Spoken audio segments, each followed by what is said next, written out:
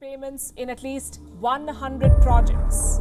Where are these projects? In more than 50 cities. Numbers from the leaked data set suggest Banks that to extend credit to real estate developers and support construction. The boycott has also fanned fears of financial.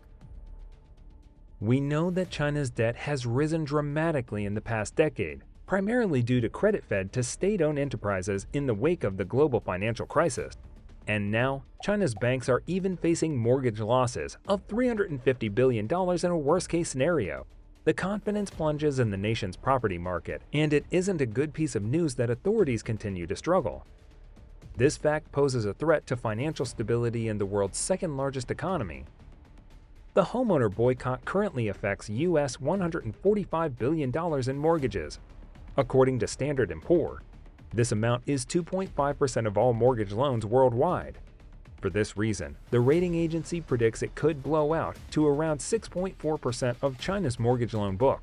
Now, you can begin to wonder how over 1,000 victimized owners of unfinished building projects in Xi'an, China, surrounded the Shaanxi Banking and Insurance Regulatory Commission to protest that they no longer wanted mortgage payments.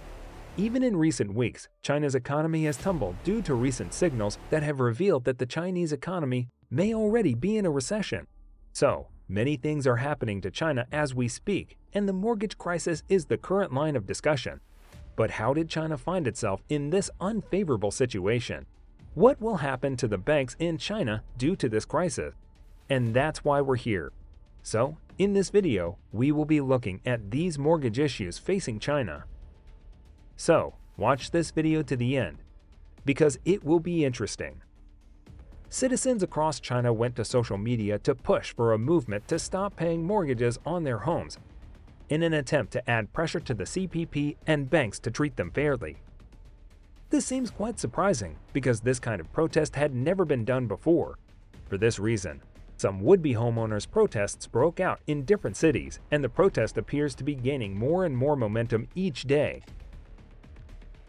The Chinese Communist Party looks very worried that it has already sent out tanks to maintain stability. Having experienced this protest by the CPP, they just have to do something before the issue escalates. Also, the standoff between developers and homebuyers represents a crisis in confidence.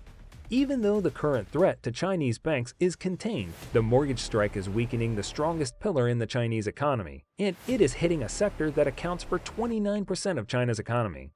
There is a sharp decline in home prices. This could threaten financial stability. The government views this as important enough to roll out relief funds to address eroding confidence quickly. This was according to a report written by Standard & Poor's primary credit analyst Yi Ranzhong. What's bringing the people a major concern now is that China has decided to launch a fund backed by as much as US $44 billion in the capital. The reason for their decision is to make sure that the property developers complete their already started projects. The fund would initially be set at $12 billion, with the backing of the Central People's Bank of China and the state-owned China Construction Bank. This isn't even the news. The major problem is that companies like Evergrande wouldn't usually use the money from the sales to start construction. Instead of using the money to begin the construction, they would rather use it as a down payment to buy even more land so they can sell more apartments for the future. This appears fishy and funny. Any unbiased person can easily look at this system and figure out that the system is abnormal, and the system isn't going anywhere. In fact, if you know how a pyramid scheme works, you know well that this is more like a pyramid scheme. This is exactly what the CCP should try and work on. But instead, they pass on the responsibility to the local governments.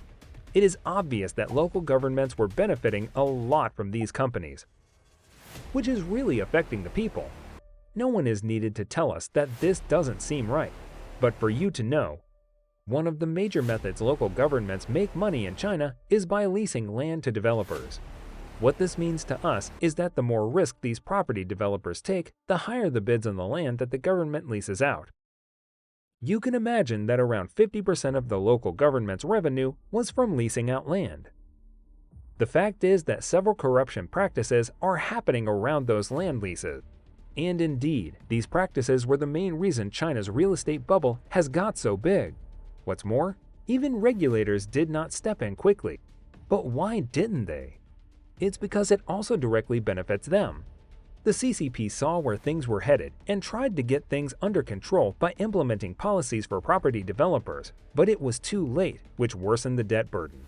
The People's Bank of China currently aims at backing China Construction Bank with money from its relending facility. If the plan works out well, the central bank will also back China's other major bank. This could be a great move, but the only problem that could be faced is the initial size of the fund may not be enough to stimulate the property sector. This type of property fund may likely need to be part of a broader support package. Although Beijing has resisted calls to provide direct stimulus to the economy, the Chinese government is trying to curb housing prices and force deleveraging on the home building sector.